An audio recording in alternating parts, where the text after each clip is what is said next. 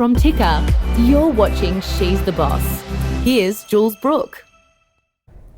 Hi and welcome to She's the Boss. I'm very excited today because I have two fantastic guests. Joyce Watts from, I've got to get it right, Hot, Tot or Not. Hot or Not, which is the blog. And she's got a whole lot more going on. And Cate Schreck from Lightbulb Training Solutions, but she's got other stuff going on as well. So we're going to talk to these amazing entrepreneurs. But before we do, I just quickly want to say a great shout out for Havana Home, which is a beautiful range of fragrances, like mind-blowingly fabulous fragrances and candles, and she is sponsoring the show, so thank you very, very much. Now, girls. All right, so I've just completely stuffed up the intro. So we'll start with you, Joyce. Tell us about TOT, Hot or Not. Well done, I sure. knew I'd get it. So I write Melbourne's biggest family travel blog. That's just amazing. Yeah, with loads of inspiration and ideas for things to do with kids in Melbourne, in regional Victoria, and sometimes the world, depending on whether I can get there. So, of course, do you get to travel as part of this and people send you on a jolly to go and review places? Sometimes, yeah. Nice, so I like it. The dream would be Disneyland, but I haven't gotten the jolly to Disneyland yet. Just say it a little bit louder, Disneyland. We'll see whether anyone watching can help you. Now tell me, that's not the only thing that you do though, is it? Because and we're going to talk about how you became an accidental entrepreneur, but what other things have you accidentally fallen into? Well, actually, before the blog, I ran and still run to an extent an online retail store that sells bicycle accessories. It's called Cycle Style. Right. I'm a passionate cyclist, and not in a sporty lycra way, but as a mode of transport. Thank you. I love it that it's not in a sporty lycra way. No, that's not me. Right. And then, as a result of the blog and the cycling interest, again, a couple of years ago, something fell out of that, and I started Really Good Fun, which is creative production of events for families, a lot of them at festivals or street parties and so forth. So but did they do on their bikes? Is that the wheelie part of it? No, the wheelie part of it is that I have a big cargo bike and I put all the materials that I need in that bike and I bring it by bike. Right. Yeah. So I've got a lot of looks. And prior to that, I just have to say to everyone, you were a lawyer, so Yes. I'm very interested. You're about the third woman I think I've now spoken to who has jumped from law into something else, so there's something in that. Yes. But now, Cate. Hey, Jules. Fantastic, great to have you on the show. Thanks for having me. I met you we both did a speaker event in Deniliquin, didn't we? And you were so funny, so I'm really, no pressure. But I'm really looking forward to hearing, and I just love that you're so passionate about customer service. I am obsessed is the word that I've grabbed a hold of. And, you know, you have to, I think, the way that you said that I was so funny, I mean, I've got no choice. I married Shrek. Is he funny? True. Totally, yeah. Great. So, you know, I lead with the surname. My name is Cate Schreck. You can call me Princess Fiona, whatever makes you feel comfortable.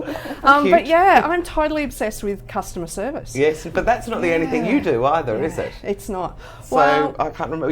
Just for schools. So what's that? So actually, I've got two businesses. Right. So we've got Lightbulb Training Solutions, which is my accidental startup business, and from that, a business called Just for Schools fell out of it. Right. And what's that? What I design and deliver is the same content. It's all about bringing emotional intelligence to the front line of businesses. So I call it customer. That's a big statement. Yeah, well, that's emotional the thing. intelligence to the front line. So it's What does about that mean? customer service is what people Google. Yep. Okay, so when businesses are looking for, Kate, we've got help. Right. So I have to lead with customer service and teamwork. But behind all of that, what I do is come in and actually kind of try to motivate and educate the frontline staff. And the frontline staff are the ones that they're not the boss. In fact, they have a boss. Yes. So generally they're coming to work because they enjoy And probably they who get they paid work for for, it. and they get paid for it, pays the mortgage, it does all the things. So their passion is probably not At the same level as at the say, same founder. level. And then the managers get all the training and the, how do you motivate people? So I kind of have two customer bases. I have schools and I train non-teaching staff in schools. So these are the was that the lollipop lady in the It goes top everything thing, from or? admin, finance, there is IT, there is the principal, the business manager, the maintenance people. So all the librarians, the aides. And what are you teaching them? Same thing. To be smiley and happy if someone... Well, it's not even about so much just the external customers. We have internal customers in every business. So that's your co-worker. Yes. So I train thinking, getting people to kind of recognise that how you turn up to work makes a huge difference to the culture. Culture is people. Yeah. But also understanding that even during the day, right now, you could be my customer. So how I speak to you and how I communicate with you matters, even though we're on the same team. You're my internal customer. And if that's not going well, the external customers feel it, see it, talk about it. True. Facebook and about that it. brings me back to that thing that it keeps on cropping up, and I say it ad nauseum, which is you've just got to be on your best behaviour everywhere, because if the person that you're speaking to you don't get on with, it's the 5 people down the line that they've told that, you know, you don't want to have anything to do with her, she's horrible, that you don't even think about it at the time. Totally. And I just kind of say, look, the front line is just a term for the people that directly interact, and that can be face-to-face or over the phone. So they're the people in the business. So Light Bulb Training Solutions looks after businesses, and Just for Schools looks after non-teaching staff in schools. And I do that with a nice bunch of fabulous trainers. Businesses across you. I've got practically 3. That is 8 businesses between 3 women. Yeah. Oh my God, we're awesome.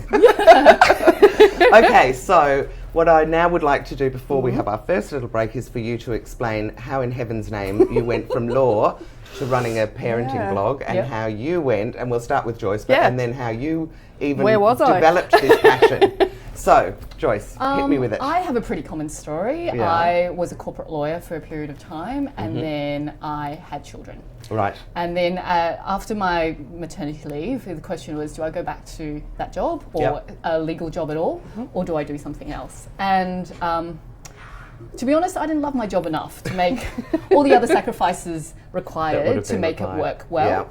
And so I, at that point, made a decision, along with my husband. So we made the decision together that I would run my own businesses, or so it wasn't just stay home and look after the kids. You definitely knew you wanted to do something. Yeah, absolutely. Around that. And I actually started Cycle Style with the view that this might happen. So I started it while I was still a lawyer, and that's always Aren't you clever? advice that I give to others. If you want to start something, it is good I know it's great to go all in. Yes. But to be honest, if you've got financial responsibilities, it's good to have a day job first, do it on the side, see how it goes. And I gave myself 2 years. That is really wise. And then, children sort of drove that a bit faster, and the urgency was a bit faster. And so, really, that was. So, but how did TOT, hot or not, come about? So while I was a lawyer, I was writing a food blog in Melbourne. Right. And were you? Yes, You're I a was. fascinating woman. What was that blog about? It was Mel Hot or Not. So, as in Melbourne. So originality's maybe not your strength. Well, it was a sister brand. Great. So it actually started Mel Hot or Not. Right. And so at that stage, sort of the food blogging ecosystem was much more friendly. It wasn't so much about monetizing. It was like we'd come to events or we'd write about things that we loved and enjoyed and so forth. And when I was pregnant, my husband said I said as a joke, oh, I should start a mummy blog in a sort of derogatory way. And he's like, and he said, actually, maybe you should. I'm like, oh, okay, I hadn't really thought I would. And so actually and you can't actually search it now, but the archives of TOT, hot or not, involve me talking about what it's like to raise a newborn. None of that is relevant to my audience anymore. How old is this? How old are your children now? They're now 7 and 9, so it's 9 years old. So the stuff for the first 3 years. She'll have to move into teen hot or not very soon, I would think. Probably tween hot or not. Yeah, tween, into teen, adult hot or not. Yeah. Maybe I'll circle back to Mel. Yeah. Revive that. Or Oz. But, yeah. Anyway. So that's kind of how it started. Right, fantastic. Well, and where is it now? Because I know you've said it's Australia's largest, and Melbourne. Melbourne's largest, and I niche. said when I was sitting beside you at lunch, really, how big is Melbourne's largest? Can you tell me?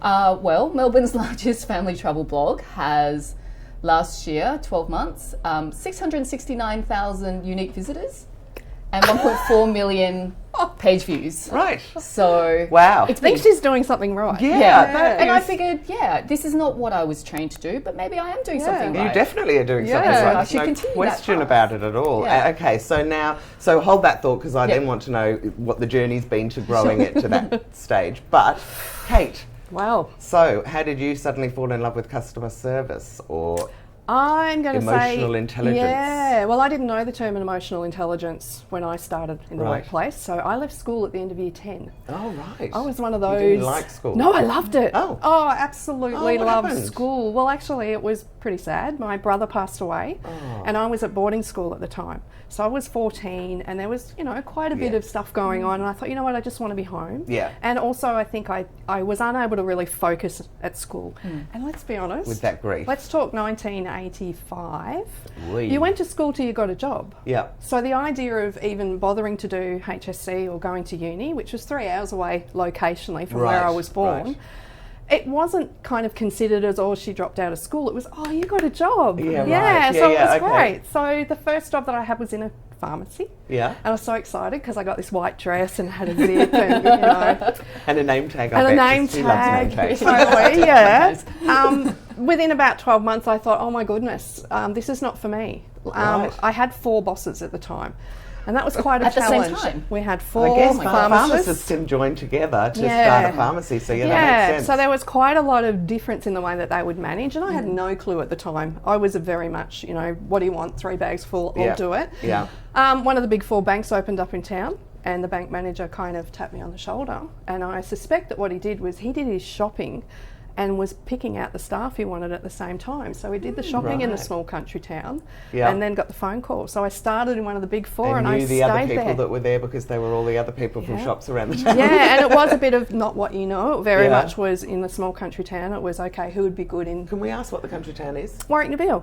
Warwick-Nabil. Yeah. Ah. So Which is how far away from halfway Melbourne? between Melbourne and Adelaide as the crow flies. Right. Yeah, Yeah, and it's okay. very near where the first silos were done on the painted. silo trail. Yeah, Right, near Bream and right. La, which is I'm a farmer's daughter. Right. So anyway, We love longer farmers' daughters. story short, banking was awesome. Yeah. I loved it. There was Wow. career path. I know. I wasn't hey, wait. expecting that, The to be story honest. changes. I loved it. Yeah. We used to cut up the lines, Christmas cake for our customers. We used to open the door and let the pensioners in on Thursdays. It was all about customer service. Yeah.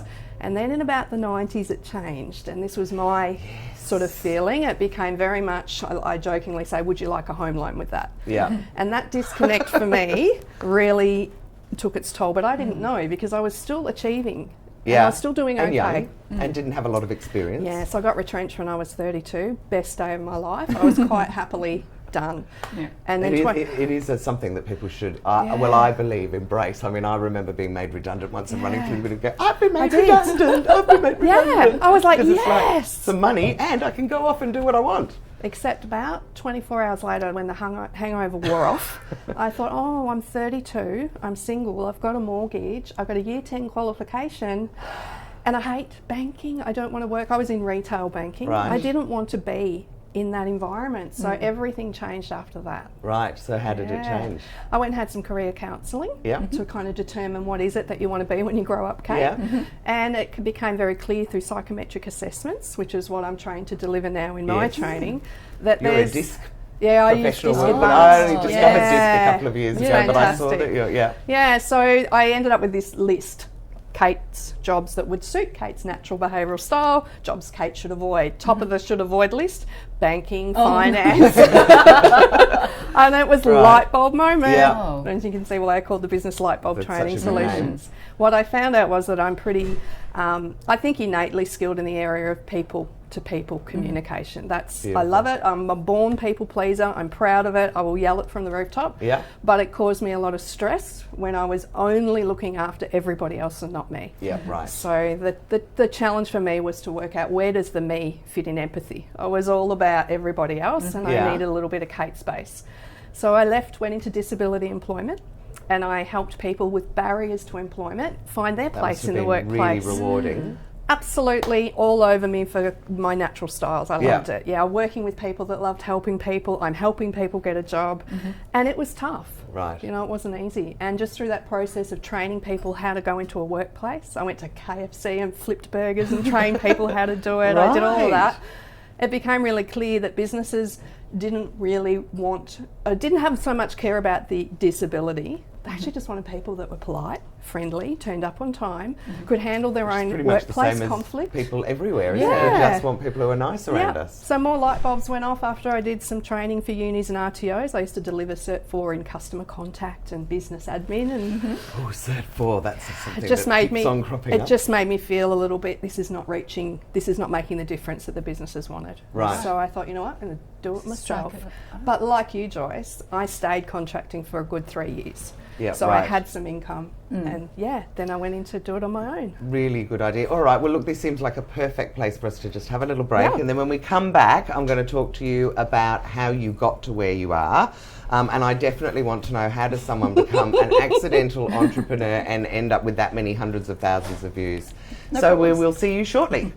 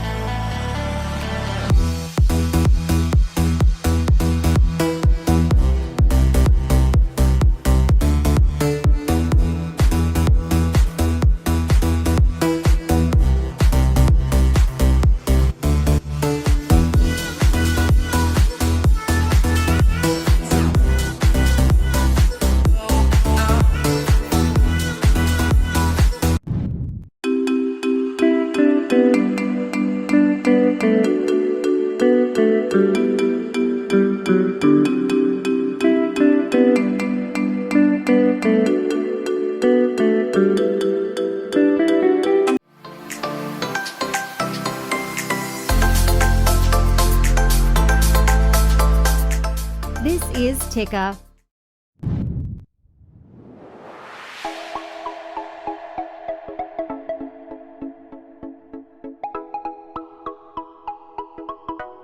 From Ticker, you're watching She's the Boss. Here's Jules Brooke. Welcome back to She's the Boss. I have two amazing entrepreneurial women with me, and I'm having so much fun chatting with them. We have Cate Schreck, who is very, very passionate about customer service, amongst other things. And we have the fabulous Joyce Watts, who fell into it being an amazing blog writer who's got the, what is it, most popular blog in Victoria around family and go on. It's the biggest family travel blog in Melbourne. Yeah. So I write Huge. a lot about Melbourne because I'm based in Melbourne. Great, and we love Melbourne too. So, but we'll come back to you, Cate. I want to know how you go from working with the disabled, Yeah. so you sort of had this thing of starting from year 10 age, which is what, 15? So I was in the bank for about 16? 17 years, and then I Right. did 6 years in disability employment in Right. Bendigo and Adelaide. And then what happened? Well, this happened. Right. So Schreck came along. I moved to Adelaide. Is he a local guy? Actually, yeah, it's a very interesting story that I won't go into. Okay. But we have known each other pretty much all my life. Right. Okay. But not his. No, because he's older than me. Right, So okay. yeah, We love that. Yeah. So I moved to Adelaide to be with him. We Yeah. got married, and when we got married, we thought, you know what, we want to travel. Right. So we packed everything up in Adelaide, put everything in storage in Geelong, which is where we're based Yep. now. So it's in storage. We live in a caravan for a little while. We go overseas. The GFC hits. Yes. Love 2008 for what that brought. Yeah, and after that, we really, really financially took a big hit. And there was a moment where we both kind of thought, you know what? At the time I was 39, Steve was 49. We're like, do we want to get back on the treadmill? Or do we want to try something and back ourselves? So we sat down over a glass of something alcoholic, and we said, Sure, it was only a glass? It was a large glass. With an intravenous drip? Yeah. And really the idea of me starting something that I was passionate about, it's not Steve's passion, it's definitely mine, but he's the support system I couldn't Oh, so do he works without. with you? He did to begin with. Yeah. We gave it an 18-month red hot go. Well we done. learnt some really cool things, one of them being, really key takeaway here, don't have a meeting with a bottle of wine because nobody takes minutes. So after that experience, and just after the process of, it was just, we're living together, Working we're working together. together. It was fine, our relationship was fine, but I could really tell, both of us could tell it was my thing, not Steve's. Yeah. So, and that also the money side of things. Our first year was awesome. Like when we started, it was fantastic. We thought, oh, this is so easy. What's everybody talking about? I got big contracts with franchises. Right. I went around Australia training customer service. Perfect. And then the next year it all just went quiet. Right. Yeah, so that was And where... what do you do then? That is a really great thing to know, because that happens to anybody who has their own business will have this story. So what do you do? So what do? We buckled down. Steve then said, well, this is the time where I think we need to get some more income that's a bit more stable. So he was happy to return to a job. Yeah. And for the next 2 years, we really struggled. And it was about me learning how to run a business. I knew how to run a training session. I knew how to turn up. That is so classic. Yeah. We do know what we know, what we're good at. Exactly. But the running a business is a whole other thing. And if you are going to do it yourself, you do have to very fast track. Try and learn all of that stuff yourself. So I'm a lifelong learner, and I just Googled the hell out of Geelong help, Melbourne help, like how do I do this? I found an entrepreneurial program based in Melbourne. I joined what I call the group of people that are way better than me. And this is, but by that's choice. really smart. Yeah, I was absolutely. like, I can swim around in the pond with people who are struggling like me, or I can go to the deep end. But good on you, because a lot of people, especially, and the ones that I know that haven't finished school particularly, feel less Very confident insecure. than anyone else. So for you to actually actively choose to go and be with those people, of course it rubs off on you. I mean, for all of us, we want to be around people that know more, that we can learn from. Well, this was fabulous because they embraced me. Yeah, So great. straight away, I kind of came in with a little quiet, mousy kind of, I'm kind of running a business, and I'm sitting next to someone turning over $1 million. And I'm like, oh my God, how do I leave? within about a couple of days, I was like, no, this is for me. I'm going to learn what you've done. Yeah, I want to be where you are. Yeah. So that was a 40-week incubator, and I just loved it. Yes. I met some great people. It gave me the tools to write a book. So much happened. So what's the book about? The book is called The A to Z of Service Excellence. Well, that seems incredibly Might logical make for sense, you. yeah. Right, so when did that come out? Well, that came out in 2017, 2016. Okay, Yeah. 4 years ago, Yeah, right. and there is over 1,000 copies out there now Wow. in workplaces. And it's really been embraced because it's written for the staff. It's not written as how do you manage the staff. Yeah. It's the tool you give your frontline. And it's full of my stories, and every chapter, A, B, C, D, is a topic related And to then being is great that a at great way for you service. to also get leads? Do people read the book and go, can you come in and teach us? We love what you talk about. The Yeah, term that we great. used in the entrepreneurial group, which I love, is it's a business card on steroids. Yeah, okay. And that that's has what it worked is. really well. Absolutely. So now, so how big have you grown, and what do you do now? Okay, so I am one of the people that I was a bit of a slow schooler business. So my business all comes from repeat and referred. So I have the website, I have a Facebook, and it's purely just for presence because I know that it matters for SEO. And if someone wants to find out about you, I mean, I Exactly. always I think the need first to thing have anyone that. does is Google. Yeah. Who is she? I've heard this Totally. woman, Cate Schreck. Yeah, so now it's we've supported probably more than 1,000 businesses, and it's been full time for 3 years. And I handle frontline training, but I have a group of awesome trainers who do the leadership side of things. Right. So we kind of come together at a business and go, right, where you're at, where do you want to be, what have you done? Yep. And we do all that in a conversation, and then it's like, well, you need this trainer for that. We have an online platform as well, which we just launched last year. Oh, yes. And it's not traditional, So is this for staff to come in and kind well, of it's the learn? resource for managers. Ah. So when the manager's sitting at the desk going, oh my God, complaints are up or staff aren't getting along, what do I do? They go into our online portal, which is called the Service Excellence Zone. Yes. So we picture it as get into the zone, and there's videos of me, little short clips, there's activities, there's the book, all sorts of things Right. they can go, rightio, I think we'll do this today. So it keeps it alive all year rather than just one training session, which is what a lot of businesses still do, sadly. Right. They ring up and say, oh, Kate, can you come and run a half-day 3 workshop. Yeah. And then we would get the blame for, well, that didn't make a difference. Yeah, right. So we come at it from the 12-month view. Yeah. Yes, I'm the face-to-face same is with still the PR. best. I've started going to people, there's no point doing it for a bit. No. Because you just, I mean, you don't get any, I mean, with anything that we do, we need to see it, hear it, feel it, do it for a few times before it works. And plus I need to know more than just the one thing that's happening at the moment. So I want to keep in contact with my businesses and go, okay, well, did this work? Why didn't it work? What's going on? Good customer service, I like it. I've got to do it, haven't I? Yeah, I live and die by And then how you I speak do it. as well, because I met you at a speaking thing. Yeah. So you're doing that a lot? Not a huge amount. I I had a terrible first experience speaking, and it took me years to get over it. Oh, no. It was awful. So when you put me on a platform or a stage, as soon as there's that podium or microphone, I go back to that first really horrible experience. You So need counselling or something, do. because you're really good at it. really? Yeah. Well, see, no, there wasn't a stage or a platform. Right. If I can walk around with a microphone, I'm fine. So the microphone doesn't it used to be the microphone that intimidated me. Because No. I've got a loud voice anyway. When you put a Yeah, microphone on my country, voice, it's yeah. like no one can ignore me. Exactly. I feel like everyone's looking at me. No, I can yell from one end of the room to the other, no problem. Yeah, great. It's the stand on a stage. It's that bit where I feel that because it's like literally I'm higher than people. I you don't get like stage it. fright, Yeah, I literally. don't like imposing myself. Yeah. I'm much more rather be Okay. free range. I'm a free range chicken. Fantastic. Well, you're a great shook. So far. Right, so Joyce, I want to know all about how you have grown. What was like, let me just do a few blogs about things in Melbourne. I'm guessing because you couldn't find something, or what Yeah. made you start Mel Right. Hot or Not, that then moved into Tot Hot or Not?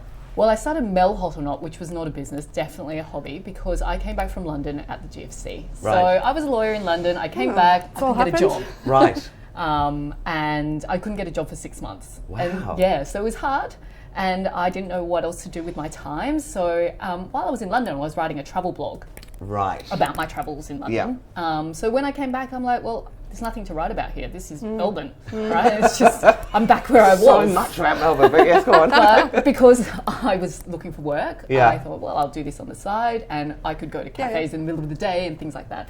And so I guess I got a bit addicted to writing and photographing and the business of online. Yeah.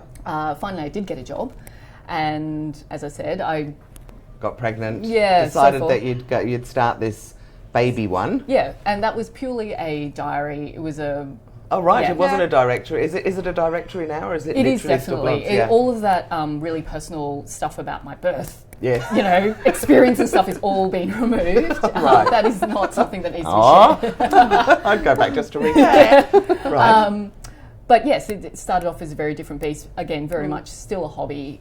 Did And you then- have a lot of followers for the Mel Hot or Not that then transferred over to the Tot Hot or Not, or were you starting from scratch again? I felt like I was starting from scratch a little bit. So how do you build up a blog audience? I'm really fascinated personally by this as well. How do you build up a blog following? Okay. For me, what worked is after, not talking about my personal experiences and so forth, but actually just helpful information for parents. Right. So for me, what worked was being consistent. Yeah. So I wrote regularly. And How regularly? Every day?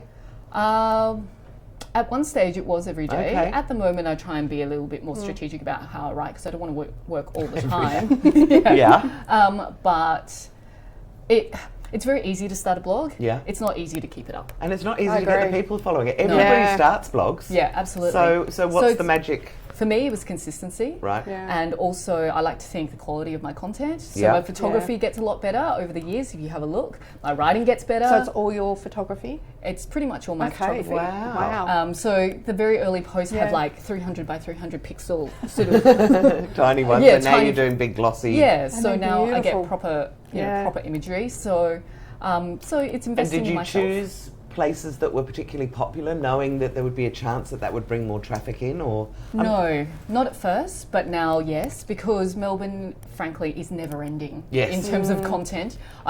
People ask me, how do you get ideas to what you write? It's like You the wouldn't be able to ideas switch it the off. ideas is are not the problem. The time is the problem. Yeah. So before I just used to, go to things that I thought might be good, but now I'm much more strategic about it. So I'll look at what is happening on Google Analytics, Yep.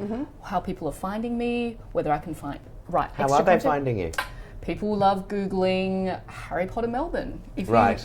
And you've got a whole lot of posts I've got a around whole that. lot of posts about Harry Oh, I Potter have to Melbourne. read. I've booked to You go. are Yeah. really clever. We had another woman on, Cate Schreck, who's a specialist in Oh, SEO, yes. Yeah. and I'm absolutely hopeless with it myself. But this is Same. exactly, I imagine, Yeah. what you do. should be doing. And that's what Kate teaches as well. You do your research. You don't just randomly scattergun content when you have limited Note time. to self, need to make Yeah. note of that. Google Analytics is fantastic. Absolutely. for that. Yeah. So I go Yeah. into Google Analytics. I do competitor research, have a look at what is ranking for my competitors, Yep. see whether I can write content that is different or serves them in a different way. Wow, this So is you very really know strategic. your people, don't you? I do know my people. Yeah. Frankly, my people are me. But and they my must friends. be. But I would assume, because I started off doing parenting PR, and as my kids got older, we moved into sort of older kids' toys and things, and then into lifestyle. That I'm surprised that you still have your finger on the pulse about little kids and babies now. Part of that is relationships. So because I've been on the scene for a long time, a lot of PR agents know who I am, so they still send me content. Right. Obviously, because my children are older now, I can't review those things that are for under fives for babies. Right. But as I've grown, frankly, as I've got more money, I've been able to hire freelancers with children the right age, who can then go out and write up those experiences for me, and so that content So it's still first works. hand. Great, and I mean, you can still do all the travel-y type things, I guess. It's Absolutely. just, do you review products and things as well, or is it all specifically around travel and experiences? I'm trying to be a bit more niche about it. With my social media channels, I'm a bit looser with the scope because I know my audience are frankly women with children. So, I'm not that I do, but I might talk about nappies of women with children, whereas the blog, I would never talk about nappies. Right. What about grandmothers? Is that your audience as well? Grandmothers Less and so. grandfathers, now that they sort of look after a lot of I mean, I do people's children? I do get, readers contact me and saying, I love this because I have to look after my under 5 grandchild. But you're again, not actively targeting them? No. Again, That just looking at falls my out. analytics, my core audience is 25 to 45 and mainly the 36 to 45. So they are literally Isn't that the interesting? women with that are my age, with children approximately my age or younger. Right. And what I find is it's often when you have children under 5 where you're desperate to find things to do with them. And if I can produce interesting, useful, consistent content for parents with children that young, they stay with me. Okay. Yeah, I And would. so- I mean, Yeah. I remember when I've got twins, there was a stage where you cannot stay home. When kids are about 2, you just can't stay home with them. So you have to go out somewhere and you start going, I can't What's go to around? Science Works for the 50th time. Or Acme, which is brilliant. But- what else can I Yeah, do? absolutely. And so you do start searching for stuff. And unfortunately, I don't think you were around when I had my little baby, so that would have been really useful. Yeah. Right. So it's solving a problem. Now, okay, that's so business, isn't it? Yeah. delicate question now. I don't quite know how to ask it, but how do you then monetize it? How do you make money out of something me? like that? Let's start with you. I monetize 3 ways. Yeah. Through advertising, so you'll see that there are ads being served on my website. Right. That Is works. that through agencies or do you? Yeah, I they go come through to you an ad directly? agency. Right. Okay. You can, if you have, just a small amount of traffic, you can start off with Google ads. Okay. They don't pay very well at all, but it's a start. Yeah. And I guess it also gets your audience used to the idea of seeing ads. And frankly, most people are used to the idea of seeing ads. Yeah. We know we can skip past them if we. Exactly. You Not can install ad blocker if you really hate Yeah. them. So ads is one way. It's about a third. Yeah. The other third is through affiliate sales. Yeah. So I'm affiliates for organisations and companies that want to market. Right. So they would say, we've got this event on. Can you use this link and or We'll give you a promote this commission. link, and we'll give you a commission on any sales that come through you. Absolutely. Yep, great. So that's about a third as well. Yeah. And then the last third is direct sponsorship. So I work with brands or businesses whose target market are the same as mine. Right. So they're Melbourne-based women with children. Right. say. Okay. And they'll pay me to either produce content or to be basically on the site with their own content. Right, and how big did the blog have to be before you were able to monetize any of it? I mean, when I say how big is, I guess that's how many followers or readers you have. How You do you can work start it out? monetizing from a very small number. As I said, you can start off with Google Ads and they'll pay you, 3 cents or something. So there's not a problem with the idea of I have to start small because everyone starts with 0, right? Yeah. The only reason I didn't monetize when I had 0 or 1 was because at that point that wasn't what I was thinking I was going to Right. do. I was Yeah. literally writing about changing nappies and feeding children.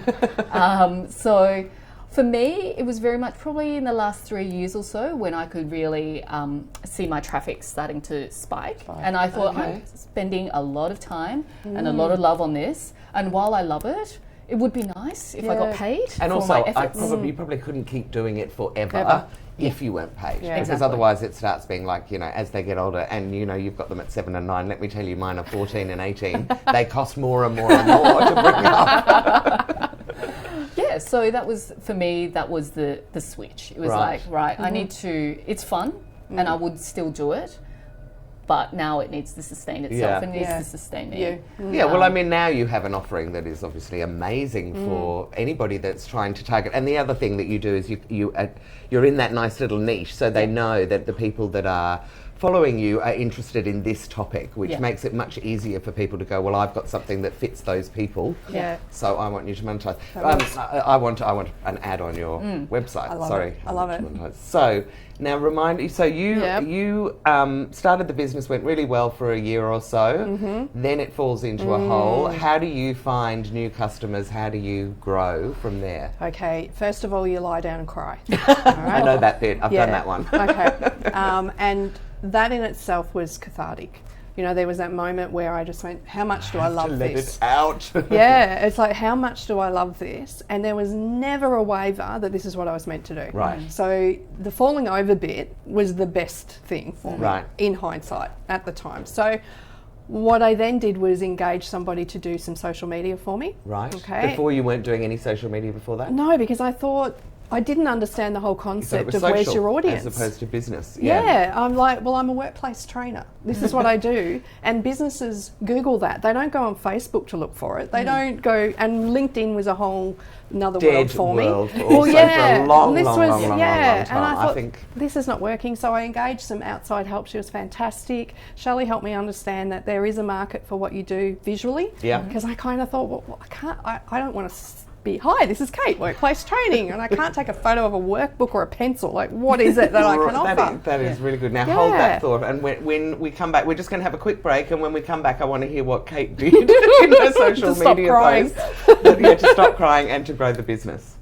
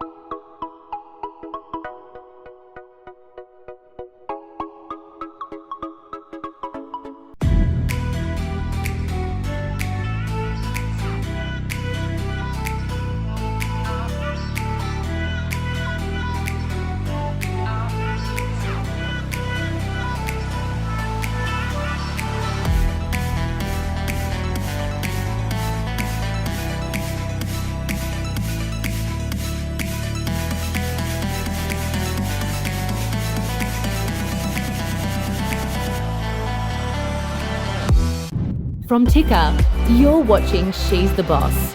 Here's Jules Brooke. Welcome back to She's the Boss. Today I have the amazing Joyce Watts and Cate Schreck. Now, just before the break, Cate was telling us about how you discovered social media and that it might be useful for business. So how did that all go? Well, it went really well, but it also wasn't the thing that attracted the customers. Oh. No, it was the thing that made me understand my customers better. Wow, that's interesting. Yeah, well, because I got engaged with it, I was seeing what other businesses were posting and I was seeing the value of me sharing me. Right. And that was my biggest hurdle. Kind of get out of my own road and go, you know what, I'm Cate Schreck, I'm a workplace trainer, I love what I do, I'm going to help you with complaints, I'm going to help you with staff attitude, and I need to get out there and say that. So I started doing some videos with a videographer. Yeah. And I put them on the site. So I had to kind of take baby steps out of So you started off with doing things on your website? On the website, totally, yeah. And then what social platforms did you use? We commenced with Facebook, which is still running. Really, Facebook for me is just for the frontline staff. I was going to say the staff it's not would for be the on managers. There. No. Yeah. So what I started doing is taking photos at the end of my sessions. And they love it. They go on and they want to see their team photo and all of that. We got some signs made with "We Survived" written on it. We survived, Cate. Yeah, all of that. And I was kind of like, by watching what other business people were doing and people that I thought, I want to be like them. Right. What I saw consistently was that fun is okay. Yeah, I think was that's permission a to be huge me. mistake that a lot of people make with business, that they go, well, I want to be seen as a serious business person, so therefore I can't show people what I'm really like.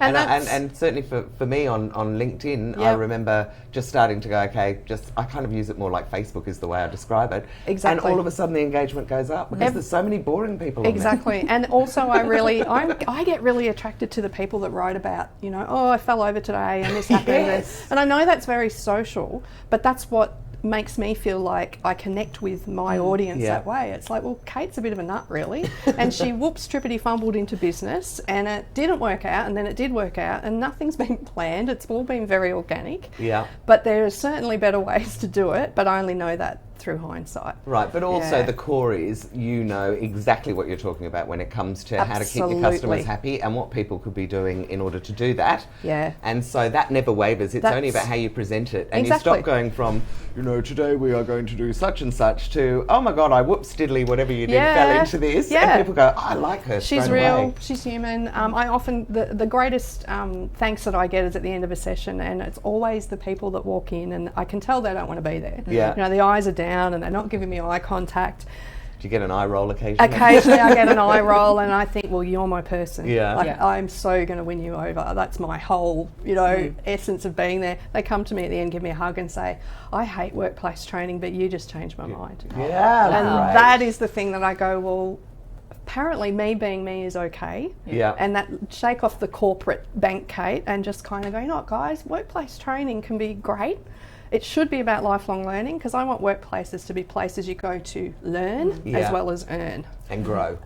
Yeah. And also become friends with all your colleagues, and and we're all different. So when you're in a big workplace, there's different ages, different.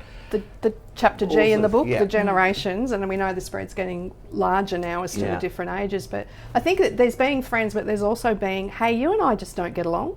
Now, how are we going to do that at work? Like, we have to find that place where we actually collaborate and go, radio, we're professionals. Oh my God, I could just launch into a whole new question on that, but we haven't got that much longer on the show, so we're going to hit Joyce first with. Have you got any tips for people out there that maybe are lawyers wanting to jump, or anyone wanting to jump? Every lawyer, and there's another business model lawyer. But really, sort of, if people are thinking, what could I do, and how would I actually make a living out of it? What sort of tips would you suggest to them? Oh, that's super broad, but let's Bring it back go as small as you online. Like. Yeah. For me, as I said, try and keep a day job while you do your side hustle, and then give yourself a deadline. So as I said, I gave myself 2 years to make something of cycle style at that time. I think consistency is very important. As I said, this is not an overnight success. It has been years of changing and pivoting and just being reliable. Growing and doing better quality photos and better quality content. Absolutely. Investing in yourself. Yeah. So things like, I went and did a photography course because I was taking my own photos. Have you had a business mentor along the way? No, I haven't. I've met lots of amazing business owners, and as Cate said, I like to learn from people who are that step ahead of me. Yeah. And so I've learned a lot that way, but no, I've never had a formal business mentor. Okay. I've just learned from a lot of different people. Right. Yeah. Okay, and Kate, if you were to hit me up with, no, in fact, before we even do that, we have not discussed a couple of the outlying things that are quite funny about both of you. One, Joyce, you have had your face on a massive billboard. Yes. How did that happen? Well, for a Melbourne shopping centre, by the way. Okay, yes. So how did that happen? They were doing a marketing campaign focusing on people who lived in Melbourne's West, which is where I live. And I had formed a relationship with marketing manager of that shopping centre because of my blog. Right. And I basically got in their face a couple of times, and then when they were doing that, the campaign, I genuinely liked it. Yeah. I said, I think it's amazing. And you've got their target market, really, which is going to be the mums. So when they did the second round, they asked me. So they did the first round, and I gave feedback to the marketing manager, saying, I really like this marketing campaign you're doing. I think, it is different, and so on and so forth. And then, second round, they asked me, and I said yes. Why not? And so, then you drove to the shopping centre. and so it involved a photography shoot, video shoot, and then they use all of that collateral in things like I got in the lift and there was my phone. So what is it like when you're in the... I hope you have photos of yourself beside those. That's hilarious. Yeah, and so the crowning moment was, if you've ever been to High Point, they have these massive, like, 2-story Banners. drop screens where they normally screen like Sky News or something. But one day I was walking past and it's like, I'm literally 2 stories high. So that was, That is a great opportunity. That is amazing, Good which moment. brings us back to it matters who you know, it matters how you treat them, and if you have a good relationship with them, opportunities just pop out of They're the everywhere. strangest places. Yeah. Absolutely. And you just grasp them or you don't. do. But I just love how what we you've met, done. right? Yeah. I was sitting next to you at lunch. With your name tag. Yeah. Which I loved. And I said, why are you wearing a name tag? No one else has. Which said, I always carry a name tag. Yeah. I love and it. I just thought that was really clever. So, Kate, sorry, now back to you. Yeah. What tips would you give people? Oh, no, I keep changing my mind. I want to know with you What? some of the worst. Can you do the worst, or can you give me a couple of the worst customer service stories you've heard? Okay. Just to make us laugh before I go into right. giving me some. The one I'm going to proper share with tips. you, I share at a lot of my sessions, is a story that was told to me by another human. Yes. This particular human, I often ask the question of the room or of the training session, you tell me your worst experience. And this person told me that he was going to a particular chicken shop. He rang the chicken shop before he went. He wanted to pick up about 15 different things because he was treating the kids to a Friday night Special. And he said, he didn't know at the time, but he said, I rang and said, could I order it and go through the drive-through and get it? And that was great. They were like, oh yeah, that's fine, that'll be fine, which I thought, oh, that's really unique good. and good, yep. He went through the drive-through, he got his bag of chicken and stuff and got home, which was a 10 to 15 minute drive, opened it up and realised that 2 of the burgers didn't have chicken in them. And he was telling me this story with great... I know what this outlet might be, but go on. So he was telling me this story with great emphasis, like everyone was listening and we're like, oh, that's awful. And he said, so I rang them back and they said, look, there's not much we can do about it. You'll just have to come back and get some more chicken. So he came back. He got no apology. He got nothing. And so after I shortened that. It took about 10 minutes for him to get this very, and I Still said to him, bothering him. really bothering him. And I said, when did that happen? And he said, 15 years ago. Wow. And that to me was just the essence of why I do what I do is... People don't forget bad People experiences. don't forget, but they also don't remember the name of the person that served them. No. The business goes down. So that's why teamwork is so important, because there's no hierarchy in service excellence. What a great illustration. Yeah, it's like, so he now speaks of the chicken business as the worst business that he's ever been to. Yeah, and right. he's hung on to it as his His and I'm grudge like, against the world. Yeah, Wow. but he's consistently pulling down that business because of that experience. But he doesn't say, oh, it was Kate and Joyce and And it wasn't just that person who probably only worked there for 6 months. All of that. It's, isn't Yeah, that so amazing? that's why and they do everyone say noticed. that people will tell, and you would know this stat better, but it was something like 8 to 16 was the stat in the 8 to 80s. 16 people, In the 80s. if they've had a bad experience, if they've had a good experience. Well, they the tell- good news, 8 to 16 was the stat in the 80s. So if it's not good, 8 to 16, and that would only be word of mouth. Now we've you got, can go on I social call it, and tell 16,000 word of people. mouth. Nowadays, people will share when the expectations are exceeded. Yeah. They'll share I when it's always not do. met. But when it's what I expect, it's quiet. Yeah, Yeah. true. So if you're not aiming up here, Another You're good- missing really it good out. Point. Yeah. Really Yeah. good point. You're missing out. Go over and above, and people will always remember it. All right, so now let's just get into some tips for other people who might be thinking about setting up a consulting business or setting up a business of their own. Have you got any? Yeah, totally. little tips? I see now through hindsight that there's 3 things you can do to find customers and to grow your business. And the 3 things are you can go no cost, low cost, or bells and whistles. Right. Now, That's, really good. I made the mistake of going a bit bells and whistles too soon. Right. I invested a lot of money into things that I thought I was supposed to do. And cash really is energy. Yes. And without the cash, my creativity went away, my desire to, step outside the front door went away. So look at what you're doing in startup in the sense of what really can I afford financially? And I so echo Joyce, if you can keep some income coming in from the side, and plus if where you're earning the income is somehow got a line towards the business that you want to run. So you're actually testing your product Yeah, on nice. someone else's Yeah. dollar. I was in workplace training for TAFEs and RTOs, so I was, getting to I'd say, See get what my works, craft what doesn't sorted, work, get your make patter all my right. mistakes, Yeah. until I was ready to and it Yeah. really was. I think I started when I was about 41. It was about when I was 45 that it was full time. I can do this. I can back myself. So for the last 5 years, it's just been me, Right. and my little team of fantastic people that help me out. And so what do you think about low cost and no cost now? Okay, it's so much more no cost. Right. There's so much no There is cost heaps out there. and heaps of DIY, everything. There wasn't agree. when I started. So I kind of look at no cost as get in there, get on YouTube, get on TED Talks, learn, talk to a friend, go to the coffee, do all of that. Yeah, and there's loads of networking there's loads things of that offer networking. free, come and pay Yep. $20 and hear somebody who really Yep. knows their stuff. So work out what it is that you can do yourself and do it yourself, because I Yep. think that helps in business too. I know everything. I know from everything about my business. Right. And I won't outsource till I know how to do it myself, at least to the Right. point Yeah. where I go, someone could do it better. Okay. Or my time is better spent somewhere That is else. actually a very clever Yeah. thing to think. Now, any more tips? I think also important to remember that the downtimes are the learning times. What do you mean by that? So when I would hit the wall and think, what am I doing? And we gave ourselves a deadline too. Yeah. We said, this, you have to be realistic here. I have to say with mine I have, and I've moved it Yeah. I'm going, giving it Oh, to the end yeah. of next year, can't give it up. Yeah. Give it to the end of The the following deadline year. action creates evidence and Yeah. outcome. So you have to do something. You can sit at home and think about it, or you can get out there.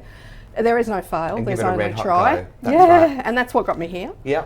I cannot knock back an opportunity, which has served me so well. That's right. You know? I totally agree. Yeah, I write a I book, think- Kate. Oh, okay. In fact, one of the biggest tips I would say is if you do see an opportunity, even if you think it's only a very small one, jump on grab it, it. because you never know how that can grow. No, That's right. it's fantastic. I wouldn't have met you without writing a book, which led me to getting it to an e-book, which led me to getting it to audio. That's right. And that's now I'm right. here. Yeah, well, look, you are both two incredibly inspiring you. women. I really genuinely mean that. I love what both of you are doing, and you're both out helping people, which Yes. I also really love. Yes, So it's- thank you so much yeah. for coming on the show Pleasure. today. Oh, thank you. This is Joyce Watts. Now, Joyce, first, in fact, Yes. let me do the proper thing. Tell people how people can get hold of you or to read your blog. So I am found at www.tot. All right, this is a Can you mouthful. say it? TOT, so it's Colon. TOT, hot Yes. or not.com. So there's Right. no AU on it, and I know it's a mouthful, but it's been too long and I can't change it. It now. comes up. Look, all I It go works. is tot, colon, yeah. and it pops up. Yeah. So that's all you need to do. And then, Kate, how do people get hold of you? Okay, so if you're working in a school, I could say go to Just for Schools. So it's just with the word for schools.com.au. Yep. And then if you're in business, it's lightbulbtrainingsolutions.com.au. Great. So I would highly recommend that you go and have a look at both of those websites. Thank you very, very much for watching today. Again, I want to say thank you so much to Havana Home for sponsoring us. We really appreciate it, and your fragrances are out of this world. My name is Jules Brooke, and I'll look forward to seeing you on next week's show.